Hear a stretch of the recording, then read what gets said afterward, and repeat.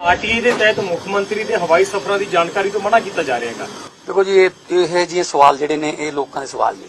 ਕਈ ਚੀਜ਼ਾਂ ਇਹੋ ਜਿਹੀਆਂ ਹੁੰਦੀਆਂ ਨੇ ਪ੍ਰਸ਼ਾਸਨ ਦੇ ਵਿੱਚ ਜਿਹੜੀਆਂ ਨਹੀਂ ਅੱਗੇ ਜਾਂਦੀਆਂ ਹੁੰਦੀਆਂ। ਬਹੁਤ ਸਾਰੇ ਕਾਗਜ਼ ਤੁਹਾਡੇ ਕੋਲ ਇਹੋ ਜਿਹੇ ਵੀ ਨੇ ਜਿਹੜੇ ਬਾਅਦ ਚ ਸਾਨੂੰ ਵੀ ਪੁੱਛਣਾ ਪੈਂਦਾ ਤੁਸੀਂ ਕਿੱਥੋਂ ਲਏ ਨੇ।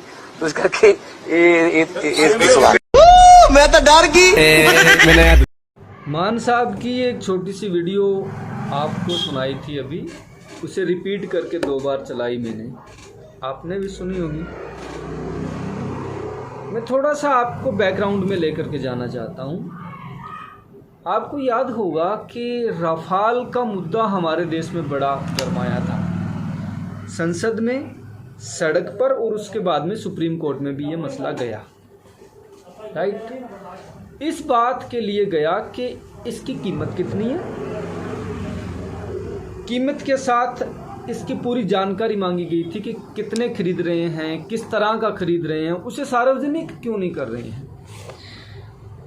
तमाम विपक्षी पार्टियां, जिसमें आम आदमी पार्टी की बड़ी ज़्यादा मुखरता से होकर के विरोध किया था।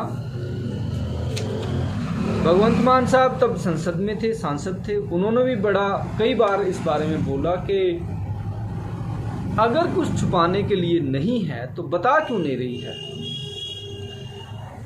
मान साहब आज सिर्फ इस बात की जानकारी नहीं दे रही है आरटीआई के माध्यम से, सूचना के अधिकार के माध्यम से, कि उनका हेलीकॉप्टर पंजाब से कितनी बार उड़ा, कहाँ कहाँ पर गया, पीछे पहले का जो जानकारी नहीं दे रही है, कितना उस पर खर्च आया।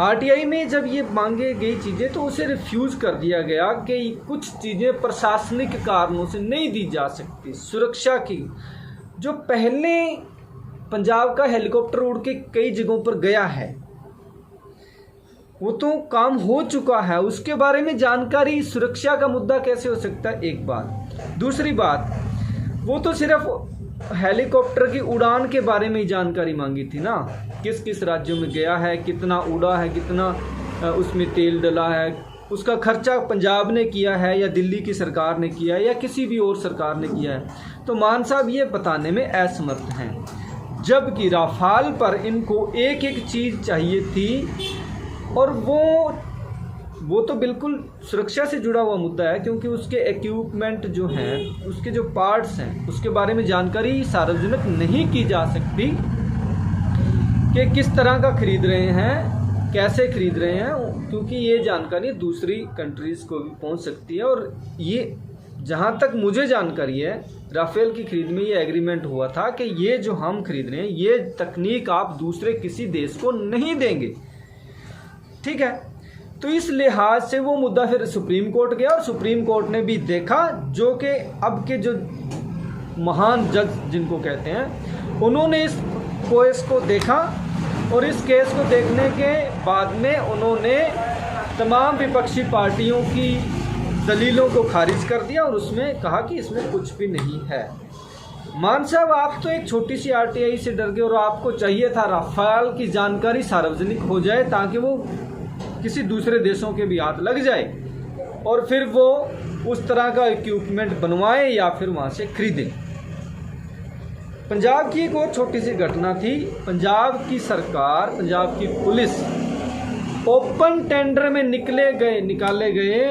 ओपन टेंडर में निकाले गए डॉक्यूमेंट को भी अगर कोई ट्विटर पर शेयर कर देता है, कोई फेसबुक पर लगा देता है, तो पंजाब पुलिस कहती है कि ये सुरक्षा का मुद्दा है।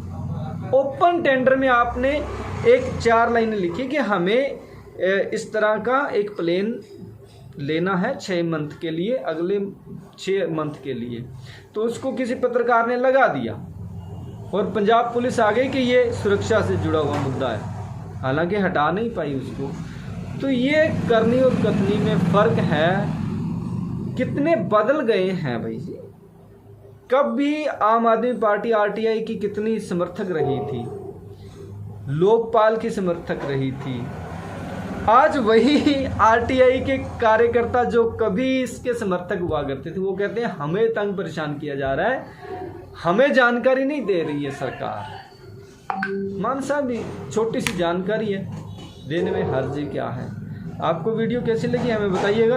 और हाँ, दूसरी वीडियो मेरी आ रही है जो न्यूज़ क्लिक पर अभी छापा पड़ा है ना, जो चीनी पत्रकार, उनके लिए वो शब्द क्या यूज़ करना है ना, उस पर भी वीडियो आ रही है नेक्स्ट 1-2 घंटे में, वो भी दे रहा हूँ, वो भी देखिएगा। चैनल को सब्सक्राइब करते रहिएगा, बेल आइकन को दबा लें ताकि लेटेस्ट वीडियो आप तक पहुँचती रहें। नमस्कार।